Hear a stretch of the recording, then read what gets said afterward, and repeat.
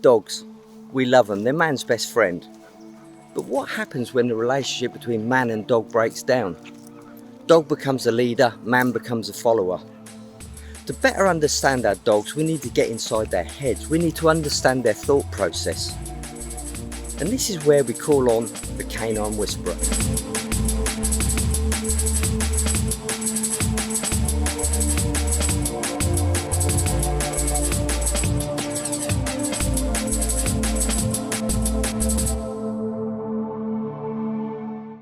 My name's Gary Blackwell, and if you're watching this video, you're probably a dog owner, and there's a good chance you've got a dog with behavioural problems.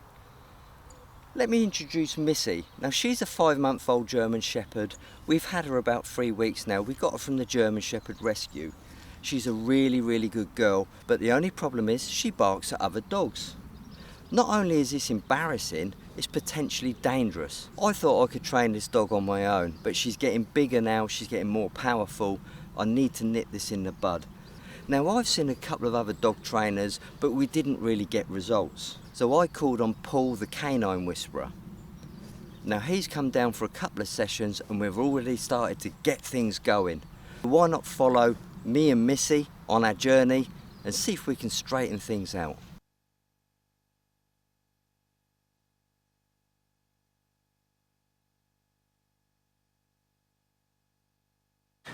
Right, Gary, tell me a little bit about Missy. How can I help you?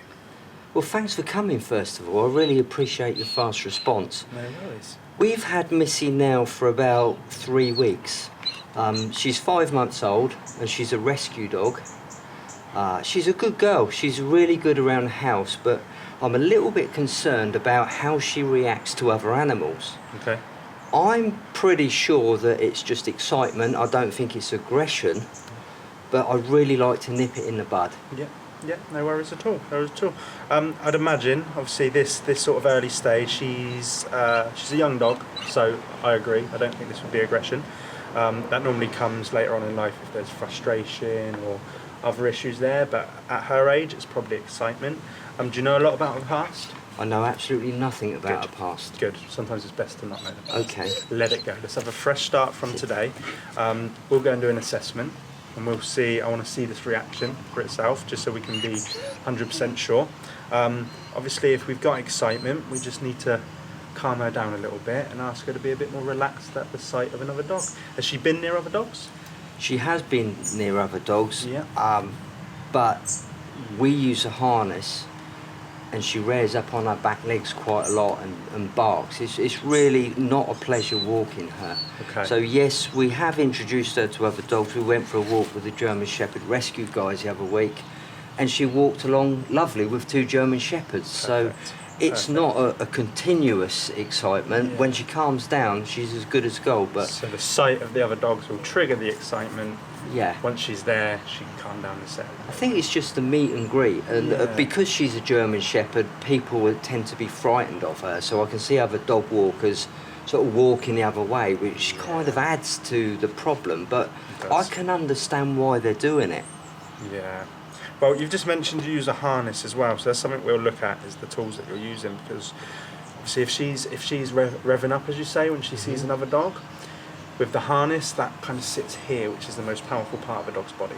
So when she starts to rev up to move towards, and you're probably holding on at the moment, we're sending the wrong message to the dog at that point, because the dog's wanting to get towards it, and with the restriction coming back, we'll build a drive to move further forward, so it's actually going to make the behaviour worse. You see, so we'll probably use a different lead today, and communicate to the dog a little bit differently, because what a lot of people forget is the tools that we're using, they've all got purposes. The purpose of a harness really is for pulling and tracking purposes.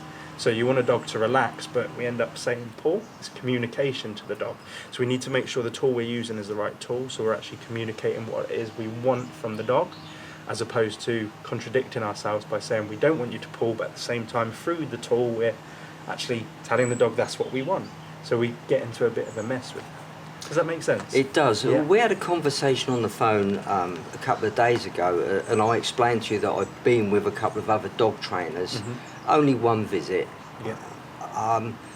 And you mentioned that your methods were very much different to other people's methods. So, you know, can you explain what sort of protocol you take when it comes to training the dogs? So I don't really train the dogs as such, and that is the big difference between me and a lot of other people. A lot of trainers now, they're going for a more obedience approach to get rid of unwanted behaviours, whereas that's, training's fantastic for a dog, but it's more about the human's needs being put onto the dog at that point. So I want an obedient dog that does a sit, a down, a stay, which is all important stuff, but it's more of a skill. Whereas when it comes to unwanted behaviours, which is what you're asking me to stop, we want to work on more the psychology of a dog. So I've spent many years studying dogs and their behaviours and why they do what they do, and I'm more about training humans how to live with dogs, because we've very much become distant from our dogs now, and we forget the fact they do have their own psychology. You see? Okay, yeah. So all species on this planet will have their own psychology, and dogs have their own psychology, and what training is our psychology being put onto the dog. Whereas if we actually understand them and their psychology and what their needs are, we can start to get rid of unwanted behaviours by just looking at life through a different lens, if that makes sense. As opposed to my dog's not being obedient towards, okay, maybe I've been communicating the wrong things to the dog. Well, when I walk Missy, I've been told to take lots of treats. So Okay. when we go out today, shall I take a bag of sausages with me? Because when she gets out of shape, I normally give her treats to just try and distract her. Is that the right method? No. We can take treats with us, but how you use treats is very important. So one thing I try and teach is the four corners to which a dog learns, and this is how any species learns, really. You've got positive reinforcement, positive punishment, negative reinforcement, negative punishment. Positive reinforcement, this is where our treats are going to come in. What you use positive reinforcement for is to create more of a behaviour. So when we're teaching the dog to do something or reinforce what it is that we do want, we will use reward for that. So that's where the treats can come in. But it's not 100% necessary to get rid of unwanted behaviours, because what we don't want to do is end up using distraction to try and get rid of a behaviour, but at the same time the distraction will stop the dog from learning what it is that we do want or what we don't want. Okay, so when she's barking at other dogs, I'm doing the wrong thing by giving her a sausage then? Well, I'm not going to say you're going to do the wrong thing, but it's not going to fix the problem that you're trying to fix. Right. It just distracts. If we look at this more as a reaction than an intellectual understanding from the dog. So an animal has reactions, okay? Whereas we have more intellect and a response to certain things. So we can take time to think about it. Whereas a dog, it's merely just a reaction. The four reactions we get fight, we get flight, we get avoidance, and we get surrender. Okay, your dog at the moment, when he sees another dog, goes into a fight state. Now, fight doesn't necessarily mean aggression as such. It just means that the brain wants to move forward, wants to go towards. Now, your lead at the moment is restricting the dog from going forwards, so that's where the excitement can come out more as like an explosion of barking and excitement. You see, which can be mislabeled as aggression, especially with a German Shepherd. So if we actually take the fight state and we see it for what it is just a reaction, we can start to take the emotions away from the human as well, because that's a big part in which we get a problem. So explain to me how you feel when this happens. When you see another dog, how do you feel? It's frustration. It really is frustration. And if one for no better word, I'm peed off. I don't enjoy walking her. Okay. So this reactivity you're seeing is one of my most common calls, dog reactivity. The sad part is walking is one of the dog's favourite things to do. Okay, so your first thoughts at the moment are kind of like treats, shall I bring sausages? Whereas the walk itself is a reward in itself. Does that make sense? So what we want to do is start to work on your relationship as well and how you're walking. Because if you're feeling a bit peed off, as you say, and frustrated, that's common. Now, what I would like to do really is make sure that your walk does become a pleasure. If that means we've got to forget the reaction towards other dogs for a moment and work on you and the dog actually walking in harmony, then we'll start to take that approach. What I'd like you to understand really though is the emotional world. Okay, so the anger, the frustration, being peed off is a natural thing for a human to do, but the dog won't see it that way. the dog doesn't understand our emotions. Okay, so they live in more the instinctual world, and that's where the 4 reactions come in. You get an instinctual reaction of fight, flight, avoidance, and surrender.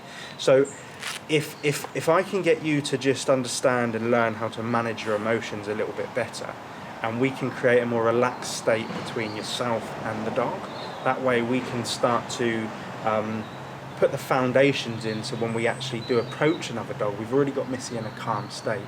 Whereas you're at the moment probably apprehensive about a dog being around the corner. Or when you get to the field, is there a dog? You see, which Missy will sense that from you and start to see a problem or feel a problem before it's actually there. By the time you come to see a dog, you're going to tense up even more. We're going to start to create an association for Missy that is no longer excitement, which is what you got at the moment, to more, I now become anxious around other dogs, because that's what the message my owner sends me. So I suppose the only thing we can do now is really go out into the park and do some training. Yeah, we'll go and do some work, but first of all, what I want to do is just assess your walk before we get to the park and see another dog, because what we don't want to do is be setting our dog up to fail. So the way in which people leave the home, walk from A to B and get to the park, we need to consider what state of mind Missy's going to be in at that point. So what I'd like to do really is assess you leaving the house. We'll go for a walk, and if we need to take a few steps back first before we work on the reactivity towards other dogs, that's what we're going to have to do. What I don't want to do is jump straight into what I call the symptoms. Okay? Okay. So you said about leaving the house. Is that important, leaving the house? Oh, massively, yes. Right, we now have a nice calm Missy that we're preparing to take into the outside world. Now I want to talk a little bit about boundaries and thresholds. Going from inside the house to outside house can make a massive impact on the dog. So if I open this door and Missy gets really excited and just rushes on out of this door, which is what's been going on prior to this, we're already taking Missy out in an excited state, for one, and two, what she's not understanding is the boundary. And why is that important? Because number one, what we want is door open to Missy to just mean the door's open. It doesn't mean that it's time for me to rush out, because it's okay now we're on a lead, but if she wasn't and we're just popping out to grab something we forgot in the car or pop to the shops and the door gets opened, that is a trigger for the dog to start to just rush out, which is when accidents happen. So it would be good to use this process, one, to teach the dog we want calm when we go for a walk, but also that door open doesn't mean it's okay to just run out. This is safety features. Now if I open this door, as you can see, the brain is triggered instantly to rush out, whereas if I didn't have a lead on, that's when the dog gets hit by a car. So let's work on a little bit of a threshold with the door. This way. So if I pull up on Missy there and push down, I'm going to start her off in a bit of a relaxed position. Now, as I said, I can use this to communicate to the dog. So if I open this door and she goes to move forward, I can communicate I don't want her to move forward, just a gentle pull up. Once she relaxes, then I can relax the lead again. So just a gentle pull up has now put the brakes on the dog. Let's go through that again. So we start with relaxation. At the moment, Missy can't really feel a lot through this lead, and that's what I want. I want this to be more of a psychological challenge than I do physical.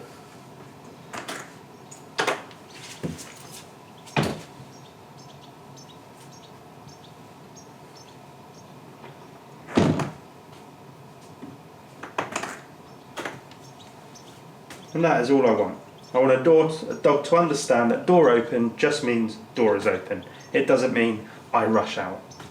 Now we can reward Missy for this by taking her out.